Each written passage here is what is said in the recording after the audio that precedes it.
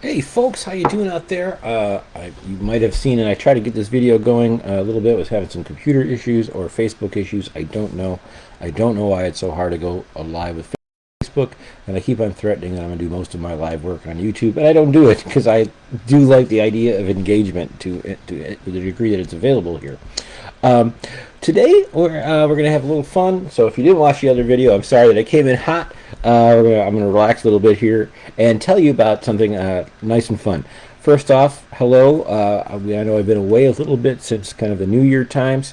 Been busy with some family issues and family matters, and luckily a couple of fun gigs and getting the school year going and all that good stuff. So I've been a little busy, and also I've been kind of searching for my next little hook into what am I going to talk about next. And I know you don't expect long series, and sometimes that can get a little complex.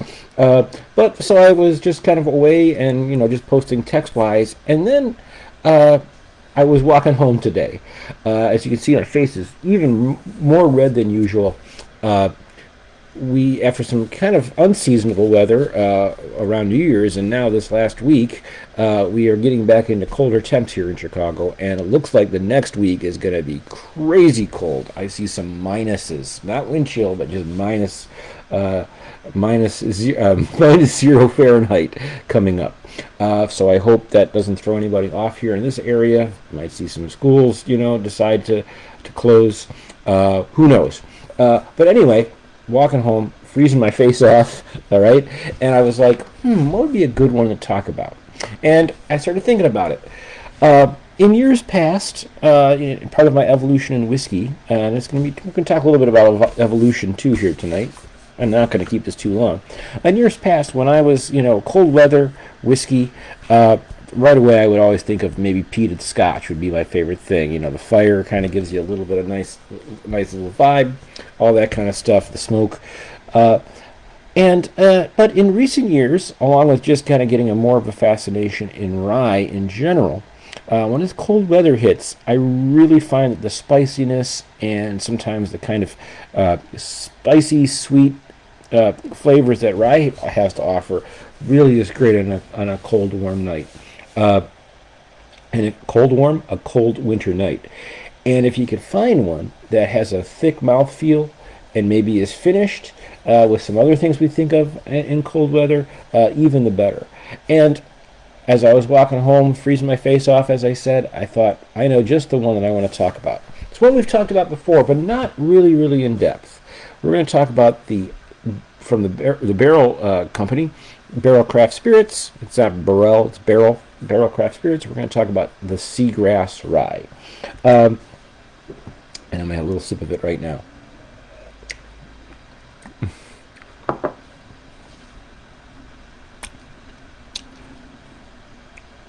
Oh, this is so good. Let me tell you about it. So you might remember this story. I was a couple years ago. I can't remember how many years ago it was now, but I was over at the house of Damian Espinosa's family. He's a Drinking Awake member. If you're watching, say hey. And it was a graduation party, and we went downstairs, and he was like, "Oh, you want to have a drink?" And I was like, "Sure, of course." He's got good taste in whiskey. He doesn't have as huge a collection because he's a smart man in many ways. But he was like, "Oh, try this one out." So he let me try this Barrell Rye, the Seagrass Rye. I knew nothing about it. I had heard of the company, but I didn't really know anything about it. So he gave me a glass. I finished the glass. We were talking. I went kind of quick because we were going to go back upstairs. And then only then did he tell me that it was bottled at 119.3 proof. So while I didn't make an ass of myself at that party, Michelle definitely drove home on that one, if I remember correctly, and that's the way we like to do it. Very interesting. So let me tell you a little bit about the Barrell Company. The Barrell Company makes no bones about it. They consider themselves a blender in the tradition of, well, I don't want to compare it, but other cool blending houses. In recent videos, I've talked about the wonderful London-based whiskey blender called Compass Box, and they deal mostly with Scotch. They put out some vatted Scotches, and they put out some just blended Scotch. And this is no different. They are sourcing their whiskey. They are not distilling on their grounds.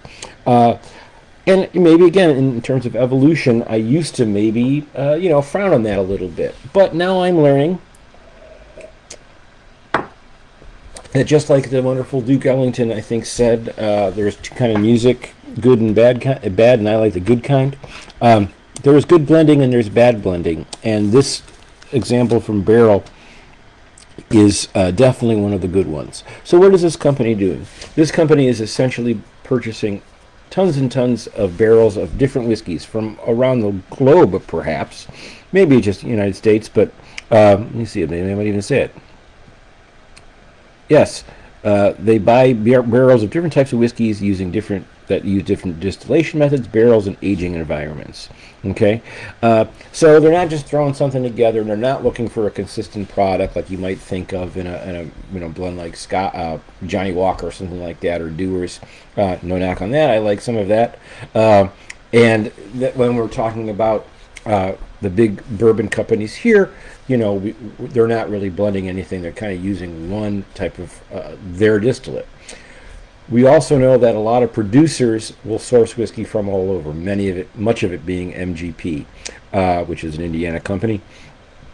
And sometimes that's just, I want to put my name on something. The classic would be the company that makes Malort, Jepson. They are not producing a bourbon at the distillery. They're purchasing it from another company. They're putting that name on it. Maybe they do something funky on it. When I tasted it, I didn't think it was all that great. But this is different with this Barrell company. There are some other companies in the United States that do this. They're just a blending company. Other companies will do some distillate and then also will source to kind of get on board. But from the very start, this is a blending company. They say it on the webpage. The other thing that they do is they have some regular bourbon. So they're buying bourbon from somewhere else in the United States and blending it to come up with their kind of concoction, if you will. They're probably doing something with some aging. They might be doing something unique. But they do put out a number of products that are called, and I think it's in their Foundation series, called bourbons. So note that those are not finished. Those are bourbons. They're just blended bourbons. Okay? That's cool. Then they are also doing what I think is really kind of the heart of their product line is these blends of other types of whiskeys. So we have rye whiskey with a blend here. We have a bourbon. They have bourbons blended from different oak and things like that. So just so you know, and this is, I think this is still legal with bourbon. Bourbon can only be aged in new American oak. Okay, or new oak barrels. I don't know if they can get them from somewhere else, but it's new oak barrels, and that's what you call a bourbon. So if you age a bourbon in something different, you can no longer call it bourbon. You have to say it's bourbon aged in. Okay, so bourbon whiskey aged in versus bourbon. Okay, rye is similar like that, although I think maybe the rules are a little off, but I always forget if that's true or not. Let's get to this whiskey. So this whiskey, what's fascinating about this is that this is a blend of American rye and Canadian rye. And then what they're doing here is they are blending it in, finished in Martinique rum, Madeira, which is, fortified, or Madeira, what is that? Fortified wine? Sherry? Fortified wine, kind of sherry-esque, I guess, and apricot brandy barrels. Okay? So what gives this, to me, this really amazing flavor is not only blending good rye products from Canada and the United States, but they're using this Martinique rum. Now that is normally spelled, and they might spell it on a newer bottle, as RHUM. What is the difference between rum and RHUM rum? Well, that is a little different. Rum is using fresh pressed sugarcane, whereas regular rums can use molasses or processed sugarcane. So the difference is this has a drier note, okay, to that when we're talking about rum, and therefore if they're aging this in that, it's going to have a drier, grassier, earthier feel than if they were just using regular Caribbean rum. This is Martinique, Guadeloupe, I think, also produces this RHUM rum, okay, and maybe they pronounce it rum. It's French-speaking countries produce this rum, Okay, I'm totally over my skis when I'm talking about rum. Okay, or maybe I should be my paddle board or whatever.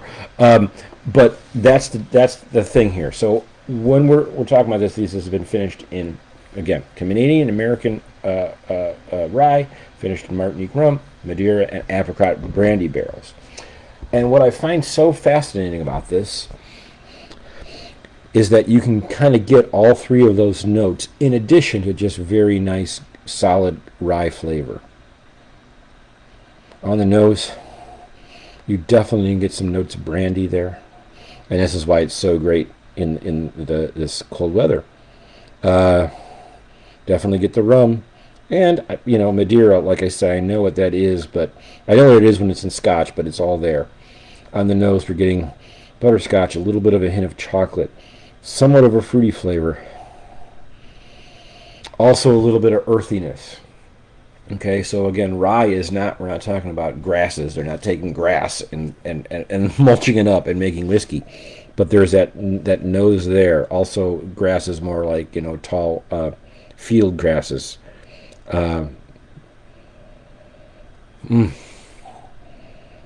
It's just a wonderful nose. Big snoot. Really nice. At 120 proof, that nose is not as tough as you'd think. It's tasty, or it's a nice nose. Tasty. It's a tasty nose. That doesn't make any sense.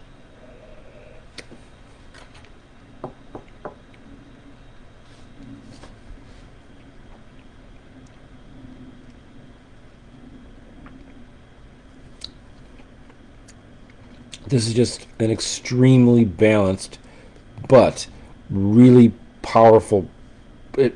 Every element of this really punches. It is so interesting. You get dark wood notes, but then you get some breakfast cereal or breakfast flavors, spices, that kind of. The rye flavor pops through. That little bit of clove that you get from rye sometimes is there. A little bit of a cola note is there. It is just a flavor bomb, okay? And it's at 120 proof, as I said. The finish is thick. It feels thicker. I will relate this. Michelle might not agree, but in mouthfeel, this reminds me close to Angel's Envy rye, which is finished just in rye casks. You know my opinion on that if you've been around here a while. I think it's too much. It finished too strong and it's too sweet. This, for me, is a much better bottle, and it's cheaper. And you're getting it at 120%.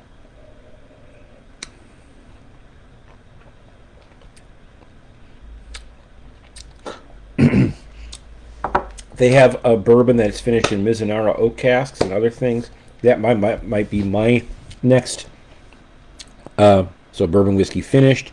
That might be my next purchase if I buy anything else from Barrell. And then they have some 5-year-old bourbons, some other bourbons that are just straight bourbon or blend of straight bourbons.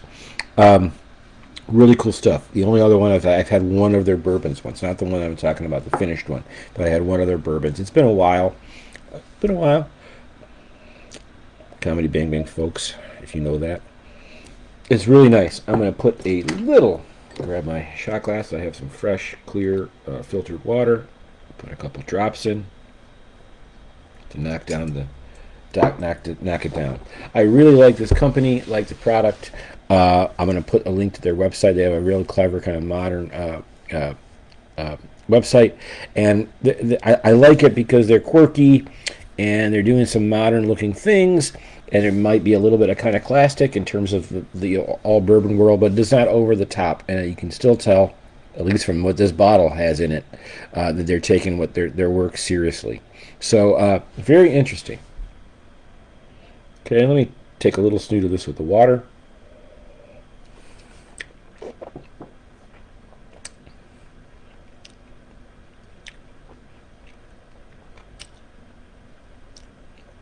The water added takes off a little bit of the finishing elements, and it tastes more like just a really high-powered rum. Wrong. Real high-powered rye. There you go. Let's get another thumb. It didn't go happen that time? All right, whatever. It didn't go happen. This is really outstanding. I think this is at normal price around $80 for this bottle. That sounds high, but again, as you can see, I've only bought one bottle of this quite a few years ago. I'm only halfway through it. This is a special night. This is a really cold night kind of dram. When this goes, I will probably grab another one if Michelle will agree. She likes this one as well. But if you're a big fan of big rye flavors and you like finished whiskeys, this is a no-brainer. Okay, but I want to warn everyone that not about the proof, although that is big. I want to warn everyone that this is a powerhouse of flavor. So if you are not used to finished ryes or finished whiskeys, and you're maybe not much of a Scotch drinker, and you haven't tried something that has this, that, the other thing kind of finishing, and you're just kind of a bourbon head, you know what I mean? Barrel head. Oh, wait. Char head, as I call them. Sometimes when people it's like the only flavor change on a bourbon is like, well, do they char the barrel more? And I'm not knocking you, but if that's what you're into, that's great. We're all into what we like. Just be warned that there are plenty of crazy flavors on this. It's just really good. The seagrass comes in because through all of this that I've just mentioned, there is an earthy, grassy kind of. Imagine that you're. The scent that when you're at the beach, okay, by a lake, but there's all that really tall kind of like, I don't even know what it is, what kind of grass it is. Maybe it's rye, I don't know, but like those kind of stalks of those kind of grasses, and if it's windy, you're getting a mix of you're getting a measure of fresh water off the lake, and you're getting that with this dry kind of. There's a note in there. I love that note. Boy, I wish I was there now because it's, like I said, it's getting like 10 degrees out there. That's great. It's just a wonderful cold night kind of dram. I'm going to have a little more. Can't have too much. Michelle and I are going to get something to eat here in a second. But this is really tasty. Again, Barrell Craft Spirits. I'll put a few links in this video at the bottom so you can check them out. I'm going to check out more. I also see here underneath that maybe this is the same distributor, if not anything. I don't know what connection is, but I printed out one page, and I also see Stellum Spirits, which is another spirit. I don't know if they're connected in any way, but that's another one we have to check out. A company that we don't know so well. Barrell Seagrass, I love it. It's really good on a warm night. You'll feel warmer after drinking it. My face is already warming up, and then at close to 120 proof, after a little while, you won't really be feeling your face anyway. So it's good anyway, either way around for a cold night dram. All right, I'm going to say one more thing. If you've made it this far and you want to talk about something else, Michelle and I have been threatening for a very long time to get back into some kind of. We've done just a few little mentions of some tequila and mezcal, especially because we're bigger fans of mezcals, and sotol. If you have any of them and you kind of catch this video and you just kind of want to, what are your favorites and why, please feel free to post. I want to kind of generate this. This is not going to be, my expertise level in Scotch is, I'm not trying to wear a Scotch cape here, but it's pretty high. I consider it Irish. All the other whiskeys there, American rye, all that. I know what I know, but I am definitely not an expert in anything when it comes to tequila, mezcal, sotol. So, if you have anything that you want us to talk about, we have a nice little collection up here in the top row over there of various. Products produced in Mexico, but we'd like to talk about it more. Let us know about that. All right, Barrell Seagrass Rye, finished in Martinique rum, Madeira, and apricot brandy barrels. Cool company, blending company. I'm just amazed at how good this is. Finally, there are things that really capture my attention, and I'm like, wow, this is really good. And then maybe a year later I go back, and I'm like, well, it was average. I'm not even giving a name on any of that, but or my taste change or whatever. Every time I have a glass of this, and I probably won't have another glass of this for quite a while, unless it's going to be really, really cold for the rest of the month. Then I might have another one. It's just perfect. It always is really, really great. Check them out. All right. Maybe you'll even find them on sale because they are a company. I think I actually bought this on sale a long time ago. Maybe not, but check it out. Barrell Spirits. I'll put the website up. All right. Stay warm out there. Maybe it's cold. Oh, I can't sing that song anymore. It's friggin' cold. Good.